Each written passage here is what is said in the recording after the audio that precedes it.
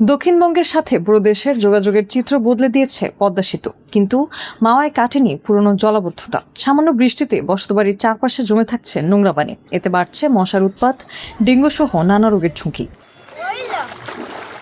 লৌহজংয়ের মাওয়ায় 4 শতাধিক পরিবার এই দুর্ভোগে রয়েছে। স্থানীয়দের অভিযোগ, 2015 সালে স্থায়ী বাঁধ নির্মাণের পরও পানি নিষ্কাশনের কার্যকর ব্যবস্থা করা হয়নি। ফলে বছরের পর বছর জলাবদ্ধতায় ভুগছেন তারা।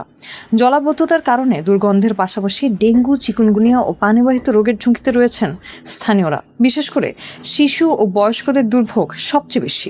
রয়েছে বিশুদ্ধ পানির সংকটও। বৃষ্টি হওয়ার পর থেকে অতিরিক্ত পানি জমা থাকে, পানি নদীতে নামানোর কোনো সিস্টেম নেই, কোনো লাইন গেট নেই।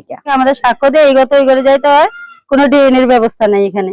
মশায় কামড় দিয়েছে, ওই যে নোংরা পানি, এদিকটা অনেক পানি হয়ে যায়। এই পানি পাড়াইলে মনে করেন যে জ্বর ঠান্ডা হবেই। ছোটবিন্দা স্কুলে যেতে সমস্যা হয়। সন্ধ্যা হইলে আর এদিকে পাড়া দেওয়া যায় না, মশার জ্বালায় কোনো রক্ষা না। রাত দিন 24 ঘন্টা গরু মানুষ মশারির তলে থাকতে হয়। পাথর ঘর ডুবে আছে পানিতে, বসে আমরা কষ্ট থেকে হেলে করে রান্না বাড়া করি, আমরা হেলে করে খাওয়া দাওয়া করি। ঘরের ভিতরে পানি হইলে আঙ্গ থাকা খাওয়া অনেক কষ্ট হয়। আসেনি মুক্ত কলের পানি নাই এইখানে, আমরা সবাই যাই ওই দূরে।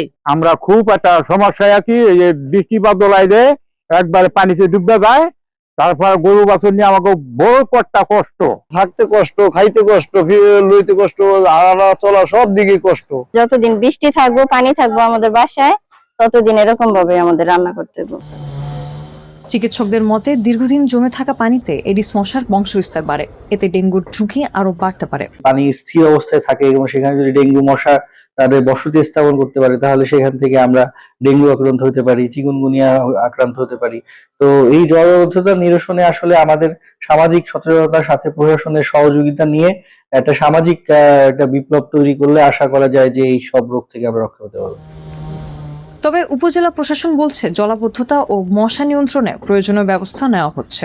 দ্রুত স্থায়ী সমাধানের আশ্বাসও দেওয়া হয়েছে। যেসব জলাশয় ছিল সবগুলোই আসলে ভরাট হয়ে গেছে, মানুষজন তাদের নিজেদের প্রয়োজন অনুযায়ী বাড়িঘর করেছে। পানিটা আসলে যে চলে যাবে, মানে যে আপনার খাল আছে বা নদী আছে, সেটা আসলে সংযোগটা আসলে পাচ্ছে না। তো ওখানে যে রাস্তাগুলো হয়েছে, সেই রাস্তাগুলোর সাথে যাতে ড্রেনেজ সিস্টেম আমরা করতে পারি, সেই বিষয়ে আমাদের আসলে একটা পরিকল্পনা আছে। কিন্তু যেটা সমস্যা হয়েছে যে সামনে যে শুষ্ক মৌসুম যেটা আসবে, সেটা ছাড়া আসলে ওখানে আপাতত কাজ করা সম্ভব হচ্ছে না।